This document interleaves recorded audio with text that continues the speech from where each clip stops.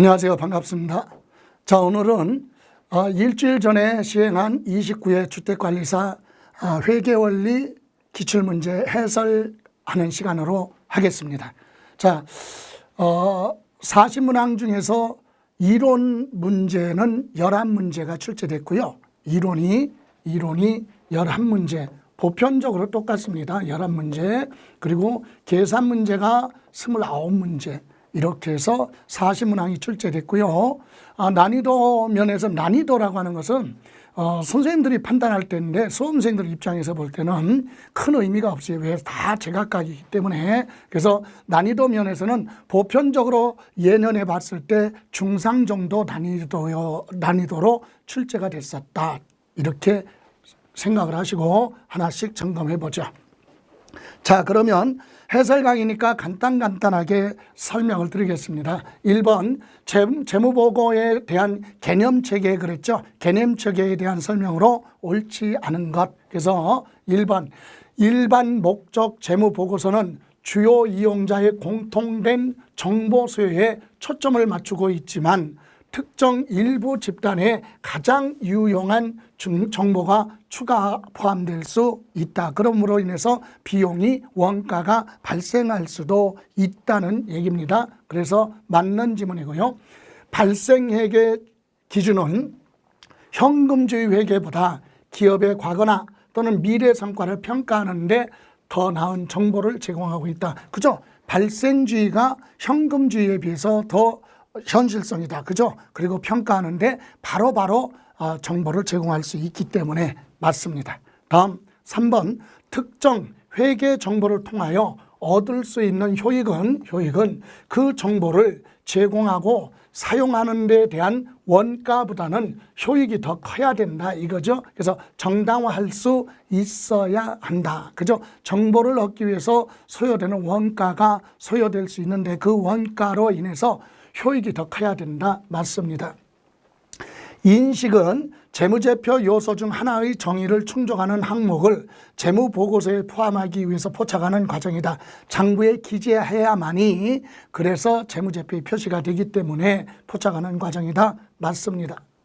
5번은 자산의 사용가치와 부채의 이행가치는 기업의 특유한 가정을 합니다. 특유한 걸 반영하는 거죠. 기업마다 특유한 사정을 반영합니다. 그래서 그거보다는 시장 참여자의 가정을 반영한다. 여기서 잘못됐죠. 자, 사용가치와 이행가치는 기업의 특유한 가정을 반영을 하고 시장 참여자의 가정을 반영한다. 이것은 공정가치를 얘기하는 거죠. 공정가치. 그래서 자산의 사용가치와 부채의 이용가치는 기업의 특유한 가정을 반영한다. 따라서 시장 참여자의 가정을 반영하는 것은 공정가치를 설명한 거죠. 그래서 시장 참여자의 가정을 반영한다. 사용가치하고 이행가치하고는 거리가 멀죠. 그래서 틀린 건 5번이 되겠습니다. 기본적으로 내용 많이 출제되는 부분이죠. 다음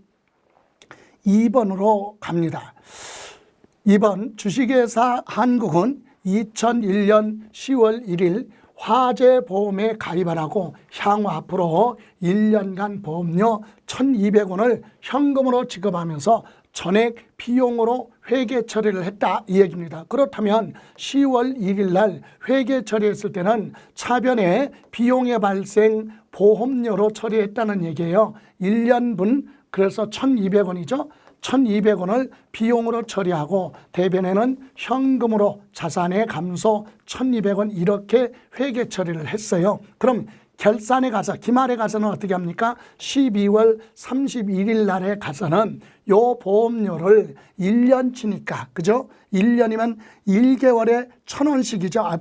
100원씩이죠. 1,200원이니까 1년분이. 그러면 10월 1일부터 12월 31일까지 10월 말, 11월 말, 12월 말 3개월치만 비용으로 처리해야 되는데 그러면 결산에 가서 이거 정리할 때 보험료 중에서 얼마? 요 3개월분 300원을 제외한 나머지 900원인가요? 900원은 비용을 감소시키고 이건 차기에 관련된 비용을 미리 지급한 거니까 자산으로 처리합니다. 선급, 보험료 그래서 900원 이렇게 회계 처리, 즉 기말 정리를 해야 돼. 정리상을 해야 돼. 자, 발생주의에 의해서 이렇게 현금주의에 의해서 현금을 지급했어요. 그렇지만 12월 31일 날에 가서 요 3개월치에 대한 것만 비용으로 단기 비용으로 처리하고 나머지는 차감을 해서 뭘로 선급, 보험료로 해야 되는데 이 수정문거래를 하지 않았다 이거예요. 하지 않았기 때문에 우리 재무제표에 미치는 영향 그러면 이렇게 해야 되는데 안 했기 때문에 비용이 900원만큼 과대 비용이 많이 표시가 됐잖아요. 그죠? 예, 그리고 이렇게 자산으로 표시해야 되는데 자산이 요 회계 처리를 안 했기 때문에 자산이 기말 자산이 과소 기재가 됐죠. 과소 기재됐어요. 자산이 뭐하면 과소가 되면 무엇도 자본도 그만큼 과소가 되고 그리고 자본이 감소되니까 결국 단기 순이익도 그만큼 감소가 된다 이 얘기입니다. 그래서 이 내용을 물어본 건데 다시 한번 정리를 해보죠. 자, 여기 보실래요? 이 얘기입니다. 10월 1일 날 보험료 1년분 하면 1,200원, 1개월에 100원씩이에요. 이렇게 해서 비용 처리했는데 12월 말에 결산 정리에 가서는 자, 여기서 여기까지 3개월이잖아요. 3개월만큼 비용을 빼고 나머지 900원만큼은 단기에 비용 처리하면 안 돼. 과대 계상되니까. 그래서 보험료 900원을 차감하고 차변에는 선급보험료 이런 회계 처리를 기말 정리해야 되는데 요걸 안 했다 얘기해요. 그랬더니 그로 인해서 영향을 미치는 것은 바로 뭐냐? 재무상태표에 선급보험료라고 하는 자산이 900원만큼 기재가 돼야 되는데 이걸 회계 처리 안 했기 때문에 자산이 그만큼 뭐했다? 과소됐다. 그죠? 요게 표시가 안 됐으니까 자산이 과소 표시가 되고 부채는 영향이 없어요. 부채랑은 관련이 없으니까. 그런데 자산이 감소되니까 자본도 그만큼 재무상태표에 감소가 되겠죠. 그리고 비용 처리하면 우리 포괄손익계산서에서는 비용이 지금 원래는 얼마 300원만 기재해야 되는데 1,200원으로 기재됐으니까 비용이 과대 계상됐어요. 그죠? 그러다 보니까 순이익이 그만큼 과소가 되겠죠. 이런 영향을 줘요. 그럼 여기서 기말 자산 900원이 뭐였다? 기말에 자산이 900원이 뭐였다? 과소 계상됐다. 맞죠? 예, 맞습니다. 그래서 답은 몇 번? 1번. 자, 기말 자산이 과소 300원이 아니라 900원이에요. 그리고 요거 단기 순이익이 900원만큼 뭐가 됐다? 과소 계상이 됐다. 그죠? 이렇게 해서 답은 1번이 되겠습니다. 자, 이번에는 3번 주식회사 한국의 기초 자본금은 20만 원이고 이익잉여금 10만 원. 이익잉여금도 자본 항목에 해당합니다. 자본 항목. 그리고 2001년 중에 발생한 거래는 다음과 같다. 그럼 다음과 같다. 2001년 말에 재무상태표의 자본총액은 얼마냐. 그러니까 자본총액이니까 자본계정을 그려서 한번 T자로 표시를 해보죠. 자본계정을 그려서 자, 요거 기초자본은 얼마입니까? 기초자본은 합쳐서 30만 원이 됩니다. 기초자본 30만 원. 여기에는 무상은 들어가면 안 돼요. 무상은 오로지 유상, 대가를 주고받은 것만. 자, 그러면 여기 유상증자를 통하여 10만 원의 출자를 받았다. 그럼 현금이라는 자산이 증가하고 그리고 주식을 발행했기 때문에 자본의 증가가 됩니다. 자본의 증가 대변에 얼마? 10만 원. 그리고 주거래은행으로부터 3만 원을 차입했다면 차변에 현금이라는 자산이 3만 원 증가하고 대변에는 차입금이라고 하는 부채가 증가합니다. 그러니까 자본하고 영향을 주지 않죠. 자본하고 관련 없으니까 적용하지 않고 현금 배당 만 원을 결의하고 지급하였다. 배당금을 지급했죠. 그러면 뭡니까? 자본금이 감소가 됩니다. 그죠? 예. 그래서 자본금 감소하고 그리고 주식 현금을 배당했다는 얘기는 현금으로 줬어요. 자, 그리고 원가 얼마? 15,000원의 재고자산을 17,000원에 판매를 했다. 그러면 상품이라는 재고자산이 15,000원짜리 나가고 얼마? 17,000원에 매각했으니까 자산과 자산끼리, 즉 자산과 자산의 변동이니까 자본에는 변동이 없거든요. 그런데 여기서 발생한 차액이 얼마입니까? 2,000원의 이익이 발생했죠. 매출 이익이 발생했어요. 이익이 발생하면 영업으로 인해서, 영업활동으로 인해서 이익이 발생을 하면 자본이 뭐합니까? 증가합니다. 그래서 수익 증가 얼마? 2,000원. 그죠? 다음, 토지를 5만 원, 토지 5만 원에 현금을 지급하고 취득하였다. 그럼 토지라고 하는 자산이 증가하고 대변의 현금, 자본하고는 관련이 없는 거죠. 불변하니까. 그래서 이렇게 해서 마감을 하면 기말 자본금이 얼마냐? 기말에 자본 총계를 물어봤어요. 그러면 여기서 합계가 40만 2천 원이죠. 그럼 대변, 차변 똑같아야 되니까 40만 2천 원에서 만 원을 차감하니까 얼마? 39만 2천 원이 기말 자본이 된다. 그죠? 그래서 자본금 계정, 그래서 자본 계정, 그래서 증가는 대변, 감소는 차변. 그죠? 현금 배당한 건 자본이 감소하는 겁니다. 그리고 증자는 대변. 그리고 수익이 발생했거나 비용이 발생했으면 차변, 수익이 발생했으면 대변. 영업 활동으로 인해서 수익과 비용이 발생하면 자본이 증감 변동하니까 영향을 줍니다. 자, 이번에는 4번으로 가죠. 4번. 자, 다음 중 회계상 거래에 해당하는 거, 계약하다, 주문하다 이런 것은 실질적으로 자산부채 자본 비용 수익의 증감 변동이 발생하지 않았기 때문에 회계상 거래로 보지 않습니다. 그래서 연봉 5천만 원의 신입사원을 채용하는 계약을 체결했다. 실질적으로 증감 변동한 거 없죠. 거래 자체가 아니에요. 다음, 원가 10만 원의 상품을 13만 원에 판매했다. 자, 자산부채 자본의 변동이 있죠. 거래입니다. 연구소 신축 계약을 체결을 했을 때 요것까지는 거래 아니에요. 물론 계약금 공사비를 지급했다. 그럴 때는 거래지만 계약을 체결했다, 주문했다 이런 건 거래로 보지 않습니다.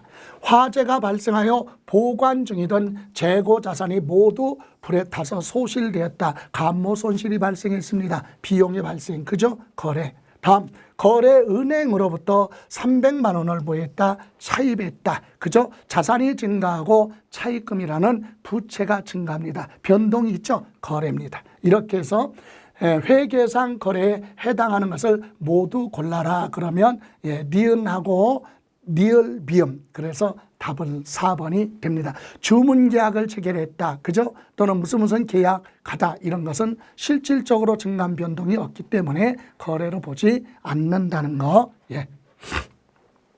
자, 이번에는 5번입니다. 5번에 보시면 유용한 정보의 질적 특성에 관한 설명으로 옳지 않은 것. 재무정보의 예측 가치나 확인 가치는 근본적 질적 특성의 목적 적합성에 해당하는 내용입니다. 그래서 맞고요. 재무정보는 다른 기업에 대한 유사한 정보 및 해당 기업에 대한 다른 기관의 유사한 정보와 비교될 수 있다. 그러면 비교 가능성이 있는 거죠. 맞습니다. 재무보고서는 사업의 활동과 경제활동에 대해서 합리적인 지식이 있고 정보를 검토하고 분석하는 이용자들을 위해서 작성이 된다. 맞습니다.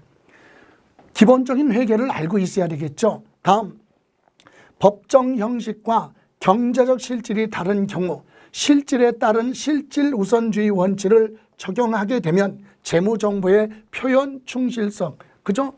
있는 그대로 표현할 수 있기 때문에 충실성에 달성할 수 있다. 맞습니다.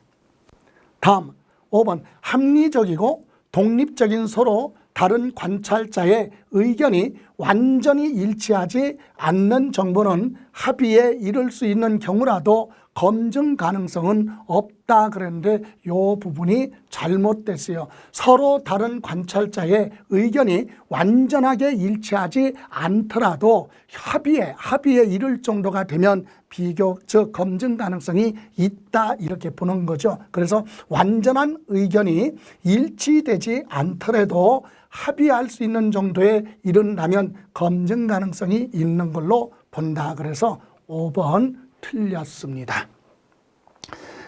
자, 이렇게 해서 5번 보셨고 다음 6번 감사 의견에 관한 설명으로 옳은 것 그랬어요. 1번 부적정 의견은 재무제표에 포함되어 있는 왜곡 표시가 중요하며 전반적이다. 그죠? 그러면 당연히 뭐예요? 부적정 의견을 표시합니다. 맞죠? 예, 1번이 맞는 지문이 됩니다. 그러면 2번은 뭐냐? 적정 의견이 표시된 재무제표는 회사의 재무제표에 부정이나 오류가 없음을 보장한다. 틀렸어요. 여러분, 적정 의견이 표시된 재무제표는 기업 회계 기준을 준수를 해서 회계 처리가 됐다는 거지 그 기업에 오류나 또는 부정이 없다는 걸 보장하는 건 아니다 이겁니다. 그래서 틀렸습니다. 회계 기준을 준수하였다는 것이지 오류 등이 없다는 것을 보장하는 것은 아니다. 3번에 보시면 감사인에 뭐라고 그랬어요? 독립성에 문제가 있어요. 예. 여러분, 감사인은 그 기업과 독립적이어야 돼요. 그죠? 독립성에 문제가 있다. 그러면 당연히 이건 뭐야? 따질 필요 없이 의견을 뭐한다? 거절할 수 있죠. 그래서 이때는 의견 거절이다. 또 여러분, 감사인의 독립성이나 또는 뭐요? 감사 증거를 적합하게 필요한 감사 증거를 입수할 수 없다. 제한적이기 때문에 그런 경우는 의견 거절입니다. 다음 4번 적정 의견이 아닌 감사 의견을 표명하는 경우 그 사유가 중요하지 않으면 변형된 감사 의견의 근거를 감사 보고서에 포함하지 않을 수 있다. 틀렸어요. 중요하든 안 하든 그 사유가 어떤 사유가 됐든 재무 감사 보고서에는 표명을 표시해야 됩니다. 그래서 틀렸고, 충분하고 적합한 감사 증거를 입수할 수 없어요. 그러면 당연히 뭐예요? 여기 감사인의 중요한 거 독립성이 결여됐다 또는 적합한 감사 증거를 확보할 수가 없다. 그러면 의견 거절로 가야 됩니다. 그죠? 예, 이렇게 해서 올바른 건 몇 번? 1번이 되겠습니다. 자, 여기까지는 쭉 그래도 무난하게 이렇게 출제됐던 문제들이에요. 7번 2002X1년 회계 자료가 다음과 같을 때 기말의 재고자산은 그랬어요. 재고자산을 물어본 겁니다. 그럼 재고자산이니까 여러분 T자 계정, 재고자산 계정을 그려가지고 한번 체크를 한번 해보죠. 자, 재고자산을 그려서 재고자산은 자산이니까 기초는 차변, 기말은 대변. 그죠? 매입은 자산의 증가니까 차변, 그리고 감소는 대변이에요. 그리고 매출은 감소니까 매출원가는 대변, 아니면 매출액이 대변. 이렇게 해서 마감하면 기말의 재고자산 빼면 매출 이익이 나오겠죠. 자, 그래서 요거 그대로 보면 기초 재고자산은 얼마로, 재고자산이 기초가 얼마라고 그랬어요? 4,000원. 그죠? 4,000원. 다음 매입액, 자산의 증가죠. 재고자산 증가입니까? 매입 얼마? 3만 원. 그런데 여기서 매입의 누리는 요 매입액에서 차감해요. 그래서 매입에서 차감할 건 반대편 대변에다가 매입의 누리 1,500원. 그리고 요것도 매입액에서 차감해야 되니까 매입 할인 얼마? 1,000원. 이렇게 해서 요거 차감하면 순매입액이 됩니다. 다음 매출액, 총 매출액은 자산이니까 대변의 감소, 총 매출액 얼마? 39,000원이에요. 그런데 여기서 매출 환입이나 또는 할인이 있으면 요거는 매출액에서 차감해서 순매출액을 계산해야 되기 때문에 요 매출액이 대변이니까 차감할 건 차변으로 와야 되겠죠. 그래서 매출 환입 얼마? 1,000원. 그리고 매출 할인 얼마예요? 2,000원. 이렇게 해서 그러면 마감을 하면 여기에 이제 뭐예요? 매출 총액하고 대변의 기말 재고 자산이 나오겠죠. 자, 그런데 여기서 이제 문제는 뭐라고 그랬느냐? 매출 총이익률은 20%다. 매출 총이익은 어떻게 해요? 요 순매출액 있죠. 총 매출액에서 요것을 차감하면 무슨 매출액? 순매출액이에요. 순매출액이 나오면 여기에 20%가 매출 총이익이다 그랬어요. 재고자산 차변에. 그럼 다시 여기 보실래요? 순매출액은 총 매출액에서 매출 환입이나 할인이 있으면 차감하면 순매출액이 나오고 여기에 이익률이 몇 프로라고 그랬어요? 20%라고 그랬죠. 그럼 곱하면 바로 매출 총이익이 나옵니다. 그래서 순매출액은 얼마? 39,000원에서 3,000원을 빼니까 36,000원이죠. 여기에 20%니까 7,200원이 매출 총이익이다. 7,200원. 그럼 차변 합계 얼마? 44,200원. 대변에도 44,200원 차감하면 여기 얼마? 2,700원의 기말 재고자산이 나오겠죠. 그래서 문제에서 물어보는 건 기말 재고자산은 2,700원이다. 그죠? 예, 재고자산 그래서 기초는 차변, 기말은 대변, 매출은 대변, 매입은 차변. 매입에서 차감하는 건 매입 애놀이, 환출은 대변. 매출에서 차감할 매입 애놀이나 환입 할인이 있으면 차변에 차감해서 마감하면 대변에 기말 빼면 매출 총이익이 나오죠. 예. 자, 이번에는 8번으로 갑니다. 당기손익에 해당하는 것을 모두 고른 것 그랬어요. 최초에 인식된 재평가. 여러분 우리 재평가를 하게 되면 재평가를 하게 되면 원가보다 우위로 증가가 된 것은 뭘로? 재평가 잉여금으로 하고 이 원가 밑에서 증감 변동한 것은 당기손익으로 표시합니다. 그래서 최초에 인식된 재평가 잉여금 하면 이 원가보다 위에서 증감 변동한 거니까 재평가 잉여금 이거는 포괄 손익으로 갑니다. 포괄 손익으로 가고 그래서 당기손익이 아니다 이겁니다. 기타 포괄 손익으로 가고 무형자산의 상각비 무형자산에 대한 상각에 대한 비용은 당기 비용으로 처리합니다. 당기 비용. 확정급여 제도의 재측정 요소도 기타 포괄 손익으로 구분을 하고 원가 모형을 적용하는 유형자산의 손상차손 있죠. 손상차손 발생한 것은 당기 손익, 당기 이익이나 당기 비용으로 처리합니다. 그래서 당기 손익으로 수익으로 처리한다. 환입이니까 수익이죠. 자, 그래서 당기 손익에 해당하는 것은 기억하고 그 다음에 니을이 되겠네요. 답은 몇 번?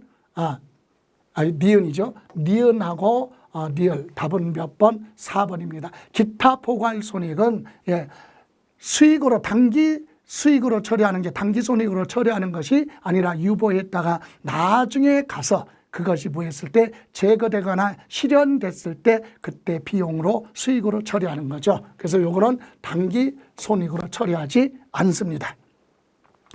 다음 9번으로 갑니다. 9번.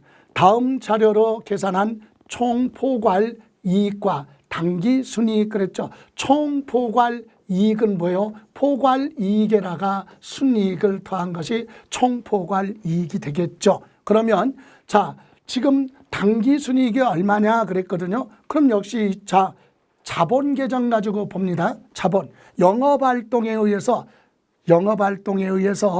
자본이 증가하는 건 수익이 발생하면 자본이 증가하고 비용이 발생하면 자본이 감소하는 원인을 가져옵니다. 자, 그러면 자본이니까 기초자본이죠. 기초자본은 기초자산에서 기초부채를 차감해. 기초는 기초끼리 계산해요. 그러면 얼마 나옵니까? 2,500원. 이게 기초자본이에요. 기초자본 얼마? 2,500원. 그러면 기말자본 계산해 볼까요? 기말자본은 7,000원, 기말자산이 7,000원인데 기말자산에서 기말부채를 차감해라 그랬더니 기말자본은 얼마냐? 3,800원 나옵니다. 3,800원. 그리고 유상 자본의 증가니까 대변에 얼마? 600원. 그죠? 그리고 여기 기말자본은 이렇게 해서 얼마? 3,800원 나왔습니다. 그러면 여기에 기타 포괄 이익이 얼마예요? 70원이에요. 그러면 당기순이익 요거에 얼마인지 모르지만 요거 합친 것이 뭐라고요? 총포괄이익이다. 그죠? 총포괄이익이 나옵니다. 그러면 차변합계에서 대변을 차감했더니 요 당기순이익이 630원 요거 합친 것이 총포괄이익이다. 그래서 문제에서 물어보는 것은 당기순이익이 얼마냐? 당기순이익은 630만 원이 되는 630원이 되는 거고 총포괄이익은 얼마냐? 요거 합쳤더니 700원이 됩니다. 그래서 답은 몇 번? 2번이 되겠네요. 그죠? 예. 기초는 기초기류에서 기초자본 계산하고 기말은 기말기류에서 기말자본 계산하고 유상증자니까 자본의 증가 대변. 그죠? 그러면 여기서 차감하면 기타 포괄이익하고 당기순이익 합쳐서 총포괄이익은 700원이 되는 거죠. 예. 자, 이번에는 10번 주식회사 한국은 2001년 초 사업을 개시하여 도소매업을 뭐하고 있다? 영위하고 있다 그랬어요. 그러면 여기서 한국은 재고자산 감모손실 중 20%는 비정상 손실이다 그랬어요. 여러분 정상적인 것은 별도로 회계 처리할 필요 없어요. 왜? 원가에 다 산입하니까. 그러나 비정상적인 건 비용 처리하거든요. 비용 처리하기 때문에 요 비정상적인 것만 계산하면 돼. 그리고 정상 감모손실과 재고자산 평가손실. 평가손실은 전부 다 뭘로 본다? 정상으로 보는 거예요. 그래서 정상인 것은 뭘로 간다? 원가, 매출원가에 포함시킵니다. 비정상인 게 없어요. 평가손실은. 예, 그러나 우리 감모손실은 비정상적이냐 정상적이냐 우리가 예측할 수 있는 거 정상적인 건 원가에 들어가는 거죠. 자, 이때 2001년도 재고자산에 대한 다음과 같을 때 매출원가를 구하라 그랬어요. 이 매출원가는 재고자산 T자 계정 그려서 하는데 일단은 감모 손실을 한번 계산해 볼까요? 여기 보실래요? 항상 제가 계산은 여러분이 2번 할 수 있도록 먼저 설명을 하고 그리고 또 정리할 거니까 집중하시고요. 자, 감모 손실은 수량이 몇 개예요? 장부가 15개인데 실제로 수량은 10개야. 그러면 5개의 손실이 발생했어요. 감모가 발생했죠. 근데 이때 원가가 얼마냐? 100원짜리예요. 그러면 얼마입니까? 5개니까 500원의 감모 손실이 발생했는데 이 중에 감모 손실 중에서 20%는 비정상적이래. 비정상적인 경우는 여기에 몇 프로요? 20%. 그럼 얼마입니까?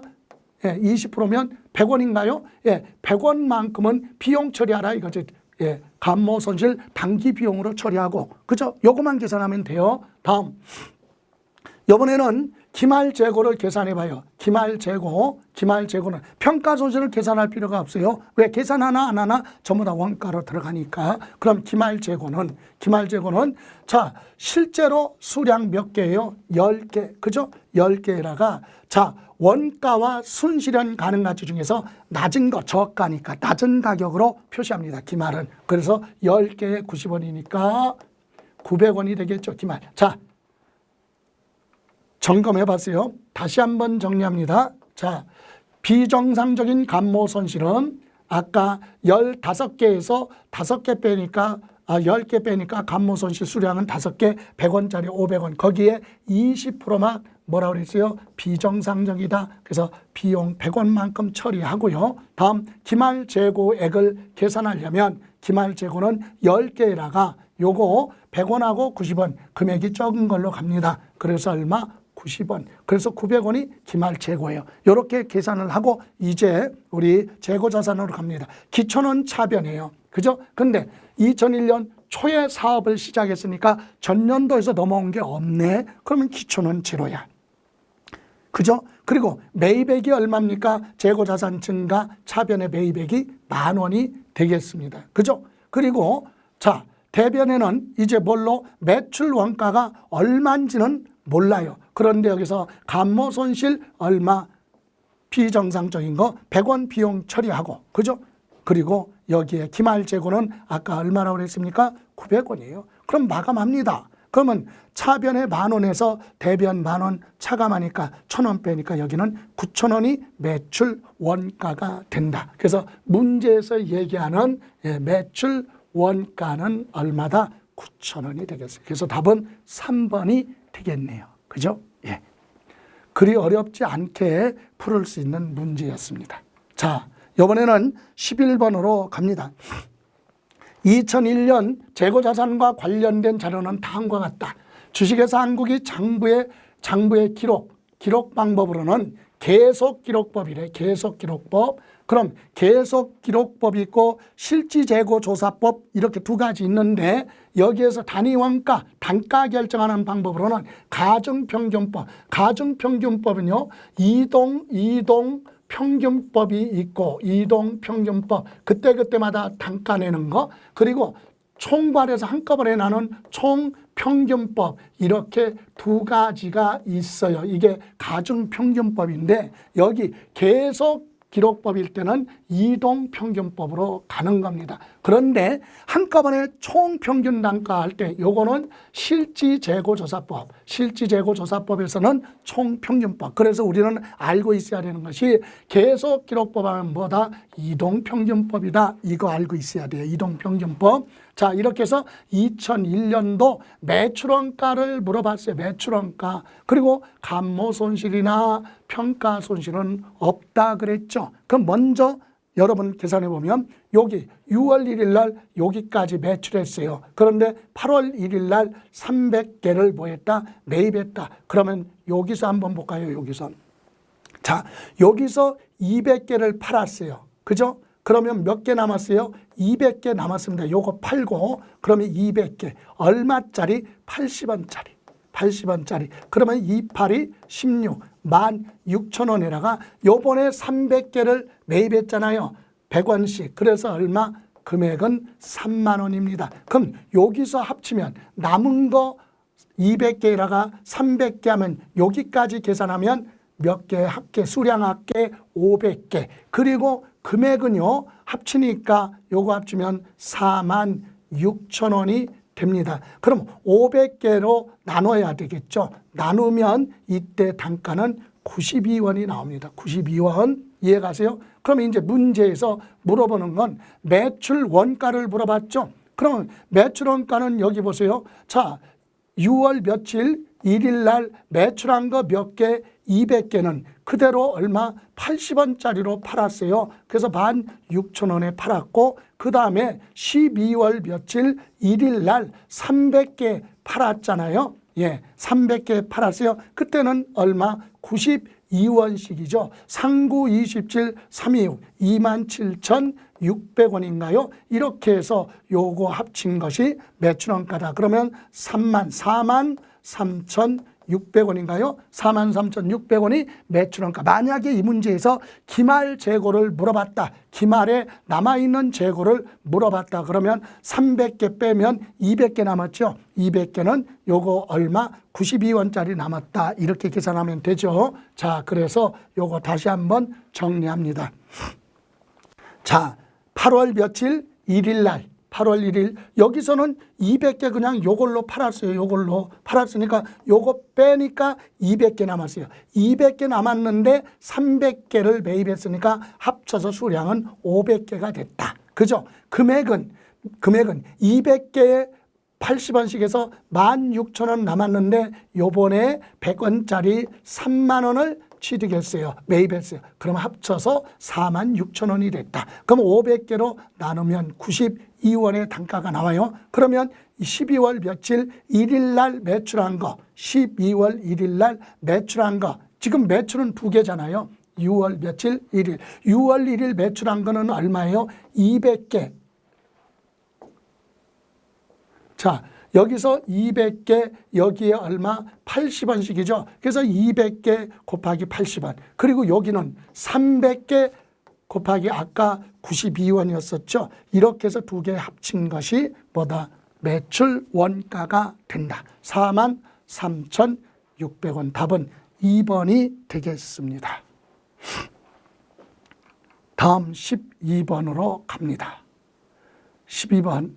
제조업을 영위하는 한국의 2001년도 기말 재고 자산과 관련 실사 자료는 다음과 같을 때 2001년도 재무상태표에 보고해야 될 기말 재고자산이 얼마냐 이거 물어봤어요. 기말 재고자산은 얼마냐. 제시된 금액은 모두 원가며 감모손실이나 평가손실은 없다 그랬죠. 자, 그렇다면 판매를 위해서 창고에 보관 중이에요. 현재 보관 중인 제품은 우리 재고자산이죠. 그런데 여기에 저당권 담보로 실행되지 않은 은행의 차입금에 대해서 담보로 제공한 제품이 얼마, 별도로 30원이 있으면 이거 말고 거기에 30원을 더해야 되는데 이 600원에는 30원이 포함되어 있대. 그러면 이것까지 다 합쳐서 재고자산이니까 그래서 이거는 재고자산으로 인정됩니다. 전체 얼마? 600원.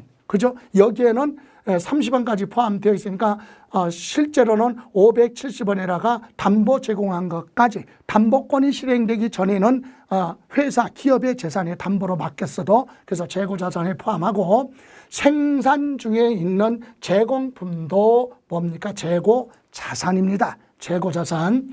그래서 더하고 생산에 사용하기 위해서 창고에 보관 중인 원재료 이것도 뭐예요? 재고자산입니다. 맞고 이것도 플러스. 다음 선적지 인도 조건으로 자 선적지 인도하는 순간 매매가 이루어진 거야. 그러면 지금 선적지 인도 조건으로 매입한다 그러면 매입하는 사람이 재고자산이에요. 근데 여기는 뭐라 그래서 판매. 그러면 선적하는 순간 팔은 거야. 그럼 재고자산이 아니잖아요. 그죠? 선적하는 순간 판매가 된 거야. 그러면 재고자산에 들어가면 안 되죠. 왜? 매수자, 구매자의 재산이니까 매도자는 자산이 아니다. 재고자산 아니에요. 예, 관계없고. 자, 위탁 판매를 위해서 계약을 하고 수탁자에게 보낸 상품을 우리는 적성품이라고 합니다. 적성품. 그래서 이것이 판매가 됐다고 뭐가 들어오면 적성품 매출로 가는데 지금 판매가 되지 않은 제품이 얼마? 40원이 있다. 이건 남아있는 재고자산에 포함시켜야 됩니다. 이렇게 해서 600원하고 150원 더하니까 750원 그리고 830원, 830원에 40원 더하니까 870원이 되겠죠. 그래서 답은 몇 번? 1번이 됩니다. 재고자산. 여기서 혼동되면 안 돼요. 선적지 인도 조건에 자 매도자냐 판매자냐 이거죠. 판매를 하는 경우는 매출한 거다. 재고자산이 아니다. 만약에 매입한다 그러면 선적지 인도 조건으로 매입하는 조건하면 매수자의 재고자산에 포함이 되는 거죠. 요거 혼동할 수 있습니다. 자, 이번에는 13번에 갑니다. 재고자산 측정에 관한 설명으로 옳지 않은 것. 통상적으로 원가를 확인할 수 있어요. 그래서 상호 교환할 수 없는 재고자산 항목의 원가와 특정 프로젝트별로 생산되고 즉 주문 개별 생산하는 이렇게 분리된 재화 또는 용역의 원가는 선입선출법이나 가중평균법을 사용하여 결정한다 그러는데 이건 틀렸죠. 거래가 자주 발생하지 않고 개별적으로 주문 생산이 이루어지는 이런 자산에 대해서는 개별법을 적용합니다. 개별법. 그래서 이거는 선입선출법, 가중평균법이 아니라 개별법으로 처리를 해야 된다. 틀렸고 재고자산의 취득원가는 매입원가 있죠. 상대방한테 구입한 거. 그래서 매입원가 그러면 여기에는 뭐예요? 관세도 포함을 합니다. 그리고 국가로부터 환급받을 세금을 제외한 나머지 세금 그리고 판매하기 위해서 판매할 수 있는 상태까지 올 때까지 들어가는 비용 더합니다. 거기다가 전환원가, 가공원가가 있으면 그거 더하고요. 거기다가 재고자산 현재 장소에 현재 상태에 이르는 데까지 발생한 기타 원가, 그죠? 판매할 수 있는 상태까지 들어간 비용이 있으면 그것까지 모두 합친 것이 재고자산의 취득 원가가 된다. 맞습니다.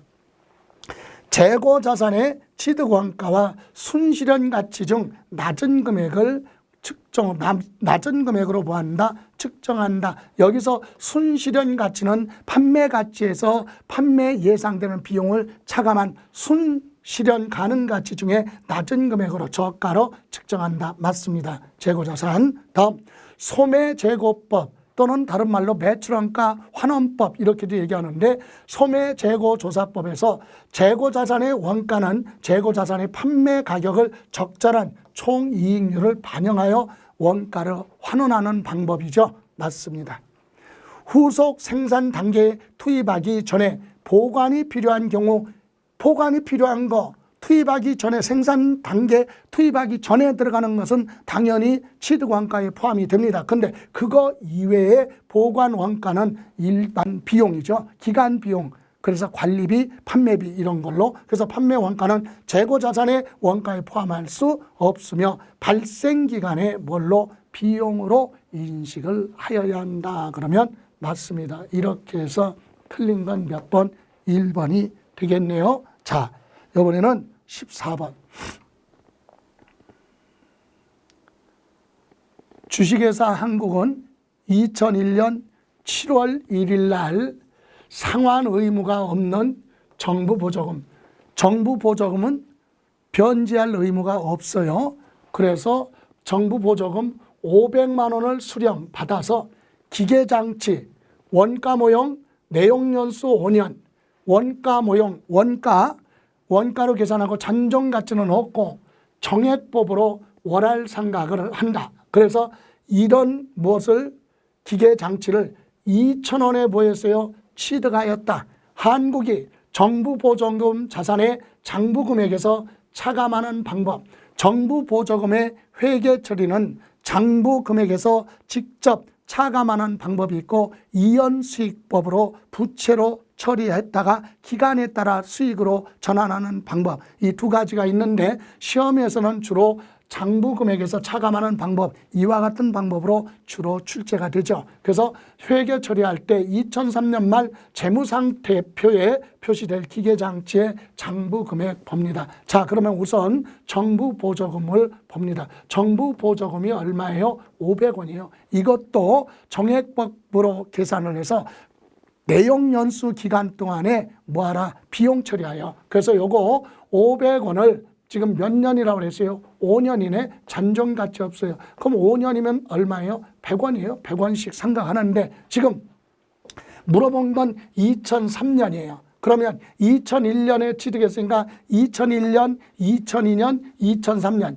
2년 6개월에 동안 감가상각을 했다 이거죠. 그죠? 여기 7월 1일부터 12월 31일까지 6개월 그리고 2000 몇 년 2년 그리고 2000 몇 년 3년 말 그러니까 2000X3년까지 1년, 2년 6개월 감가상각을 했다. 그러면 요게 얼마예요? 1년에 100원씩인데 여기 2년이니까 100원. 그리고 첫 해는 얼마? 여기 6개월이잖아요. 6개월이니까 절반 50원. 이렇게 해서 지금 몇 년 동안 5년 동안 상각을 해서 정부 보조금을 상각했어요. 그러면 남아있는 금액이 요거 차감하니까 얼마 남았어요? 500원에서 요거 차감하니까 5년으로 나눠서 요 금액을 차감하니까 250원의 금액이 남아있다. 그죠? 그럼 기계장치도 볼까요? 기계장치도 원래 자 취득 가격이 얼마예요? 2,000원이에요. 근데 잔존가액은 없습니다. 제로. 근데 내용연수 5년이에요. 그럼 1년에 얼마? 400원씩이죠. 400원씩인데 첫 해 2001년도는 6개월치 계산해. 그래서 400원씩 두 번이야. 그죠? 거기에다가 첫 해 6개월 얼마? 200원이죠. 200원. 그럼 요거 기계장치에 대한 감가상각은 지금까지 얼마다? 1,000원이에요. 그러면 장부가액 얼마? 2,000원에서. 그죠? 2,000원에서. 자, 요거 지금까지 감가상각한 거 얼마? 1,000원. 여기에다가 1,000원에다가 요거 상각한 거 있죠? 정부 보조금 얼마? 250원. 그래서 1,250원을 차감하면 기계장치는 결과적으로 남는 금액이 재고가 750원이 된다. 이 얘기입니다. 자, 그래서 보실래요? 다시 한번 정리하면 이겁니다. 자, 2003년 말까지 정부 보조금 잔액은 얼마냐? 원래 500원에서 상각을 해서 6개월분 50원, 1년분 100원, 2002년도, 2003년도 100원. 그래서 지금까지 요거 상각한 거 빼니까 얼마예요? 250원 남았다. 그리고 기계장치에 대한 감가상각도 지금 1년에 얼마 400원씩인데 6개월 있으니까 2년 6개월 동안에 1,000원이에요. 그러면 기계장치는 장부가액은 원래 2,000원에서 장부 금액 얼마 감가상각한 거 1,000원 차감하고, 그리고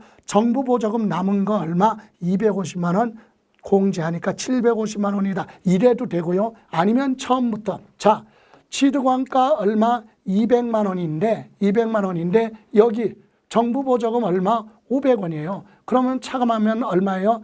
1,500이네. 1,500 곱하기 몇 년? 5분의 1. 그러면 얼마입니까? 300원이죠. 300원씩 두 번 했잖아요. 예, 그리고 나머지 6개월이니까 150원. 그래서 이거 다 합친 게 얼마입니까? 1,050원이 얼마요? 750원. 750원이잖아요. 그러면 장부 금액에서 얼마? 2,000원에서 750원. 그죠? 예, 지금 물어본 것은 뭐라고 그랬어요?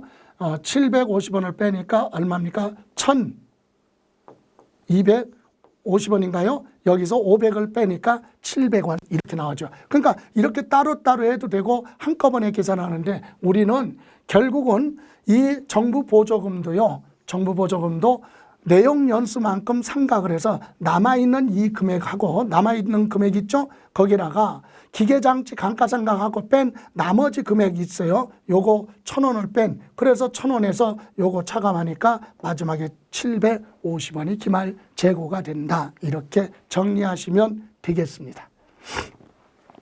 다음, 이번에는 15번에 대한 내용인데요. 15번 2000X 1년 초 유형자산 1,000원에 취득하여 재평가 모형을 적용하고 있다. 이때 토지의 공정가치는 다음과 같다 그랬어요. 여러분, 공정가치로 평가를 할 때는 항상 뭡니까? 자, 원가 이상으로 증가가 되거나 감소된 건 재평가 뭘로? 잉여금으로. 그런 거 원가 이하로 증감 변동한 건 당기 손익인 평가이익이나 평가손실. 무슨 얘기냐? 지금 얼마 주고 취득했어요? 1,000원. 그럼 원가, 여기 보실래요? 설명. 원가가 1,000원이야. 자, 이 원가선이 있습니다. 원가선 쭉 봅니다. 요거 위로 증감 변동한 거, 여기서 증감 변동한 것은 재평가 잉여금으로, 밑에서 증감 변동한 건 평가이익이나 평가손실. 요거는 당기의 비용으로 가는 거고, 이건 포괄 손익계산, 포괄 손익으로 가니까 당기 손익이 아니에요. 당기 비용이 아니다. 요것만 당기 손익으로 가는 겁니다. 자, 그러면 지금 한 거 보면 1,000원 주고 취득한 것이 2000 몇 년? 1년, 2년, 3년이니까 2001년, 2002년, 2003년 이렇게 3년이에요. 그런데 2001년 말에 잘 보세요. 1,100원이 공정가치가 됐어요. 1,000원 주고 취득한 게 올라가지고 가격이 상승해서 여기서 1,100원이 됐다 이 얘기예요. 자, 원가 위에서 증가가 됐죠. 그럼 요거 얼마? 100원만큼의 차액이 발생했죠. 이 100원을 뭐라고 한다? 재평가 뭐라고 한다? 잉여금. 이건 기타 포괄손익이에요. 기타 포괄손익. 그래서 이건 단기의 수익이나 비용으로 처리하는 게 아니다 이 얘기예요. 자, 됐어요? 그리고 나서 2002년도 말에 여기 와서 이 1,100원짜리가 얼마로? 900원으로 원가 이하로 하락이 됐어요. 그러면 보세요. 지금 여기서 계산했던 게 1,900원짜리가 1,100원짜리가 얼마? 900원이 됐으니까 요거의 차이가 얼마예요? 200원의 차액이 발생했죠. 200원. 그런데 200원을 분석할 때 여기서 차이 나는 거 얼마? 여기서 100원이잖아요. 요 선이 원가선이니까 요 100원만큼은 재평가 잉여금을 공제 차감하는 거예요. 재평가 잉여금 아까 증가된 건 플러스, 여기서 감소된 건 마이너스. 그리고 나서 여기서 요렇게 감소된 거 있죠. 요거는 뭐다?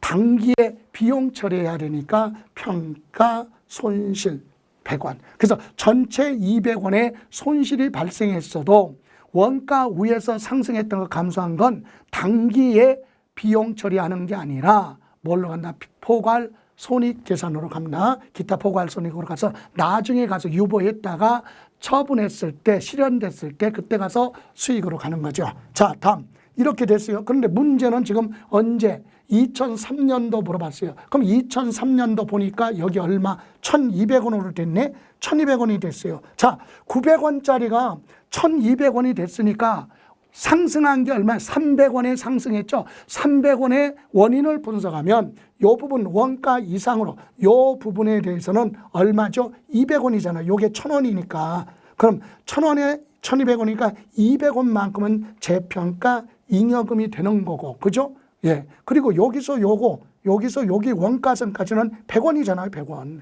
100원. 요 부분은 뭐다? 평가 이익이 되는 거죠. 올라갔으니까. 900원에서 올라갔으니까 여기까지는 평가 이익이에요. 그러면 원래는 어떻게 돼요? 차액이 요 전체가 300원의 차액이 발생했지만 분석을 해보면 그중에 200원만큼은 재평가 잉여금으로 나머지 100원만큼은 평가 이익. 그래서 요번에 단기 수익으로 처리를 한다 이 얘기예요. 그래서 요것도 다시 한번 정리하면 이거죠. 2003년도 재평가는요. 1,200원에서 900원짜리가 1,200원이 됐으니까 전체 300원의 이익이 발생했지만 그중에 요 부분은 재평가별로 잉여금으로 그죠? 요 부분만 재평가 이익. 그래서 단기에 뭐다? 2003년도 단기 순이익에 미치는 영향은 요 재평가 잉여금은 관계가 없고 재평가 이익 얼마? 100원만큼만 이익이 생겼으니까 순이익이 뭐한다? 증가가 되는 거죠. 그래서 답은 몇 번? 4번이 된다는 거. 그래서 요 원가선 위에서 증감 변동은 재평가 잉여금 증감 변동으로 밑에서 손실이나 이익이 발생했으면 그때는 평가 이익이나 평가 손실로 단기 비용 처리 또는 수익으로 처리를 한다 이 얘기입니다. 자, 이번에는 16번에 대한 내용인데 16번은 뭐라고 그랬어요? 16번은 자, 2001년 초 토지와 토지상에 정착되어 있는 건물을 일괄해서 9만 원에 취득하였다. 이때 여러분 둘 이상의 재산을 일괄해서 한꺼번에 취득할 때는 공정가치로 분배를 합니다. 공정가치로 안분한다. 자, 그래서 건물과 토지와 건물의 상대적 공정가치는 2대1 그랬어요. 그럼 앞에가 토지니까 토지가 2라는 얘기고 건물에 대해서는 1이라 요 얘기죠. 그럼 요대로 하면 자, 일괄 취득한 거 얼마? 9만 원 곱하기 그죠? 3분의 2 하면 토지가 나올 거 아니야. 토지. 그죠? 3분의 2 그리고 3분의 1 하면 건물의 가격이 나옵니다. 그럼 토지 가격은 얼마예요? 6만 원이 될 것이고 건물 가격은 3만 원이 됩니다. 이렇게 안문해서 9만 원을 자 그런데 이때 A 건물을 취득원가 A는 얼마냐? 건물이니까 얼마? 3만 원이에요. 그런데 주식회사 한국이 철거 건물을 취득한 후에 계속 사용하는 경우는 건물 원가가 3만 원인데 1만 원을 투입하여 건물을 즉시 보였다. 철거했다. 기존에 사용 중이던 건물을 철거를 했잖아요. 그럼 철거하는 원가나 철거하는 데 들어가는 비용은 남아있는 토지 원가에 다 포함이 되는 겁니다. 그러면 토지 원가는 원래 얼마? 6만 원에다가 여기 투입 철거하는 데 들어간 비용 얼마? 1만 원에다가 원래 건물 원가 얼마? 3만 원을 다 더해서 토지 원가로 하겠다라고 하는 내용입니다. 자, 그래서 여기 보실래요? 정리하면 이거죠. 자, 토지 취득원가는 9만 원 곱하기 3분의 2 그래서 6만 원. 그리고 건물에 대한 취득원가는 3분의 1에서 3만 원. 이렇게 공정가치로 안분을 했어요. 그리고 나서 건물을 철거하는 경우는 어떻게 되느냐? 건물 철거할 때 건물을 철거하는 데 들어가는 비용이나 건물의 종전 원가는 전부 다 토지 원가에 뭐한다? 가산, 포함시켜라. 그래서 건물 철거했을 때 토지의 원가는 얼마냐? 원래 토지 원가 6만 원에다가 건물 원가 3만 원도 하고 철거 비용 1만 원까지 합쳐서 토지 원가는 10만 원이 됩니다. 그래서 지금은 철거하지 않았을 때 건물에 대한 원가는 3만 원이 되는 거고, 그죠? 철거했을 때는 건물에 대한 걸 전부 다 토지로 들어가니까 토지의 원가는 10만 원. 답은 몇 번? 2번이 되겠습니다. 자, 이렇게 해서 이번 시간은 이렇게 해서 6번까지 정리하고 잠시 쉬었다가 다음 이어서 가겠습니다.